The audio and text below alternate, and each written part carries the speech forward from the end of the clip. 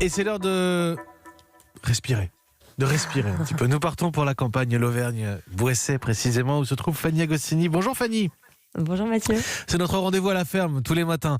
Manger local, oui. Mais jusqu'à quel point parvient-on à trouver sur place de quoi couvrir nos besoins alimentaires ? Vous nous dites, Fanny Agostini, que c'est en redécouvrant les spécificités de chaque territoire. Bah oui, parce qu'il y a les grands classiques qu'on connaît bien dans nos régions, type le brie de Meaux, la saucisse de Strasbourg, le citron Oui. de Menton, mais s'ils ne s'étaient pas perdus en cours de route, dans la deuxième partie du XXe siècle, je peux vous dire qu'il y en aurait beaucoup plus des spécialités. Nous aurions d'autres spécificités à rajouter à la liste. Par exemple, en Île-de-France, cela vous parle si... En Île-de-France, Oui, si, il y a des si. trucs en Île-de-France. Allez-y. Alors, les pêches de Montreuil, ça Ah c'est oui, facile. c'est vrai, En Seine-Saint-Denis. Le chou de Pontoise, ça c'est moins évident. Le cresson de Méréville en Essonne, l'asperge d'Argenteuil.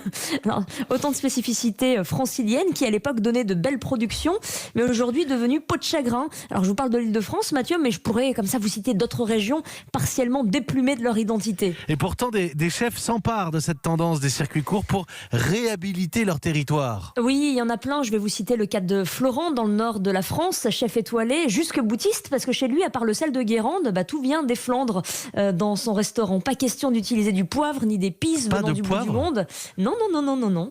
Il n'utilise même pas de chocolat pour les desserts, c'est prohibé, même pas de café. Pas de vanille, du coup, j'imagine. Et non, mais il y a plein de plantes qui peuvent justement nous permettre de retrouver un goût vanillé. Alors c'est sa créativité qui va parler du coup, et la multiplicité aussi des produits qu'il va trouver made in Flandre. Et ça épate quand même sa clientèle.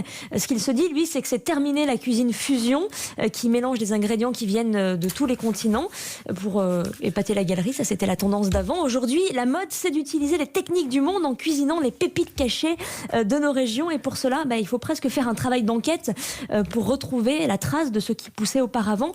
Les États-Unis, par exemple. Avant que New York devienne New York, l'actuel Manhattan était réputé pour ses huîtres, Long Island pour ses haricots et son maïs, aujourd'hui relancé grâce au déploiement des fermes urbaines. Il y avait des huîtres avant les burgers à Manhattan. Une mode qui permet aussi de se préparer au monde de demain, Fanny, tout simplement. Oui, une certaine clairvoyance sur la nécessité de relocaliser notre système alimentaire de la part de ces chefs qui leur permet d'avoir un coup d'avance. Ils sont motivés pour des raisons environnementales et climatiques, autant aussi que pour lutter contre l'homogénéisation, pour ne pas dire la McDonaldisation du monde.